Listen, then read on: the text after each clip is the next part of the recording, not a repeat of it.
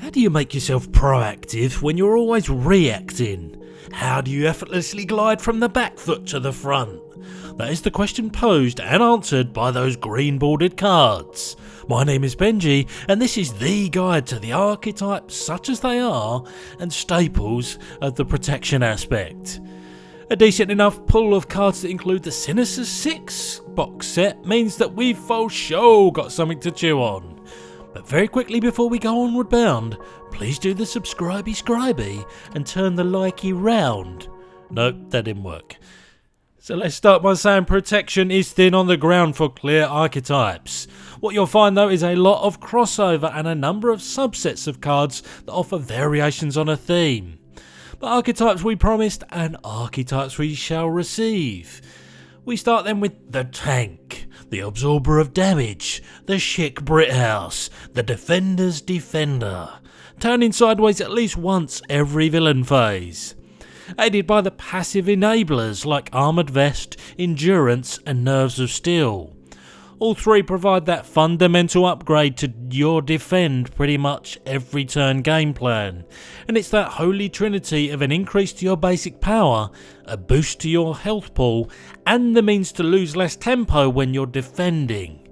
Every build needs a foundation. You've then got your cherries on top when defending cards like Desperate Defense and Never Back Down, with them both ensuring you likely come away from a villain attack damage free, and giving you a reset or the enemy a stun for their trouble. Sweet gravy value that more than pays for themselves with their secondary effects.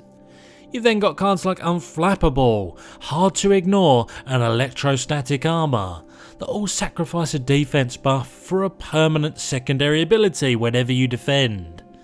Unflappable offers you that economy for being on the back foot, allowing you to be proactive elsewhere, and its brother sister Hard to Ignore might not look like much, but that chip threat remover will quickly add up, and it's another card that helps you focus your efforts on forward motion. And then Electrostatic Armour will very much add up to Value Town come the end of a scenario, and it doesn't trigger Retaliate and can help with toughness removal. So yes, I will have my cake and eat it.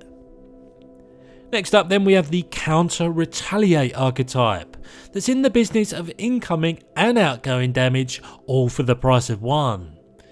Your upgrades of choice then are Electrostatic Armour again, Energy Barrier and Dauntless. With Electro already proving its value, Energy Barrier achieving that key goal of remaining proactive, and Dauntless has to be built around somewhat, which we'll come to in a bit, but built-in Retaliate is too hard to turn down with this type of game plan. We then move to a small handful of events in Sidestep, Preemptive Strike, Counter Punch and Momentum Shift, providing a hodgepodge of goodies to pull over. Sidestep doesn't do much on the backswing, but if you align it with an energy resource, that's a tasty return on investment. Preemptive is an absolute belter though, in no small part due to being able to respond to a face up boost icon instead of having to gamble on the outcome. Counter Punch obviously scales to identity, but anything 2 or more still works well in these lists. And Momentum Shift is an average card at best, but once again synergizes well with what you're trying to achieve. With those stock events mentioned, you'll know also that A, your defences are a little bit weaker than the tank build, and B, cards like Dauntless need you topped up on HP. So the inclusion of Endurance, Med Team and Preservation are high priority. Endurance because, well, you know why. Med Team doesn't get the blood racing but is the best value incremental healing resources can buy, and Preservation is the little synergistic resource card that could. Next on tap we talk all about the control, absolutely smothering anything the villain and the scenario has to offer, and going deep with either stun locks or encounter deck denial. The more you do that, the more you can play slow and steady wins the race. And would you believe it, we're going to spend a few moments to shine the spotlight on some allies who've been notably absent so far. And that's not because there aren't good pro-allies, but it's more to do with the fact that only a handful of them directly synergise with an archetype's playstyle. Alas, we have Black Widow, Iron Fist and Mockingbird to boast about their exploits. Black Widow mirrors her identity signature suite and acts kinda like an ally upgrade, just waiting for the right encounter to say, no thank you. And let's just agree it's not her stats that she's being brought for.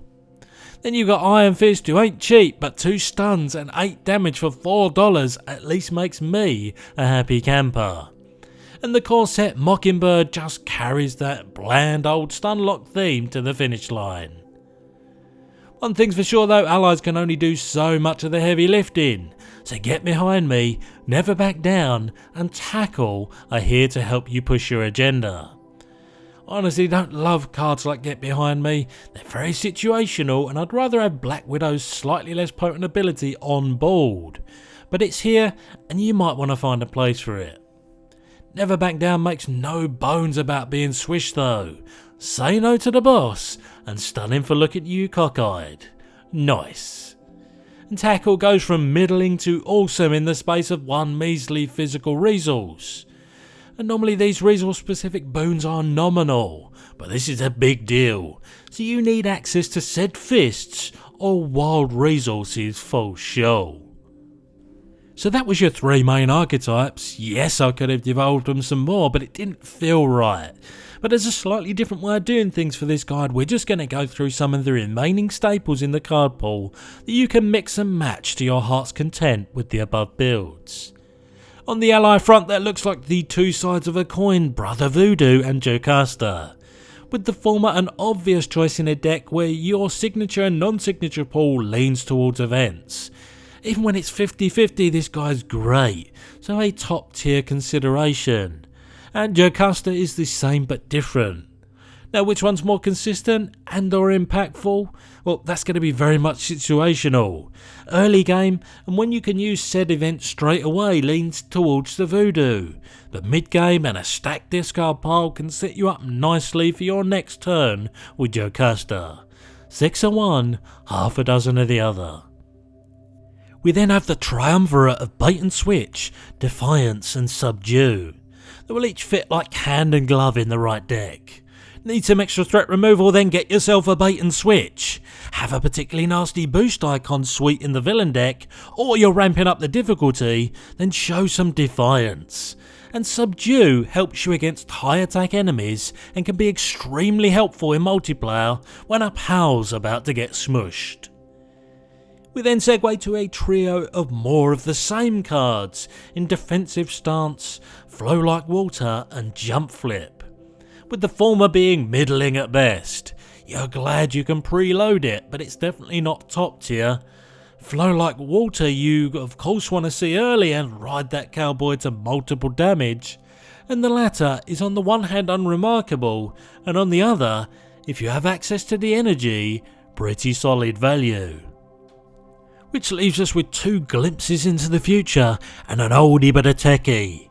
Return the Favour, What Doesn't Kill Me and Night Nurse.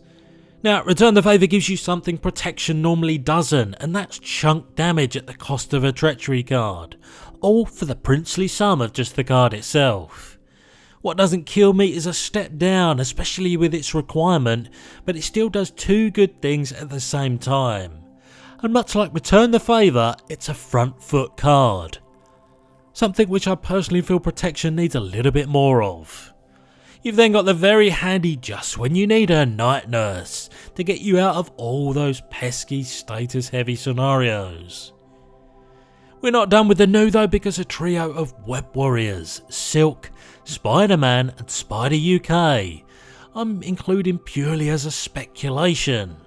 We know the next cycle is likely going to push the Web Warriors keyword, so if you look at each of these 3 allies and assume that they will all get their situational benefit, then there's no reason not to believe they won't be impactful. Silk can fetch up any scenario specific treachery card, or you can just grab something from the standard or expert decks, including of course Shadow from the Past. Spider-Man is excellent value and tempo gain, once again assuming a critical mass of Web Warriors, and Spider UK, when you met it out, is pretty great too.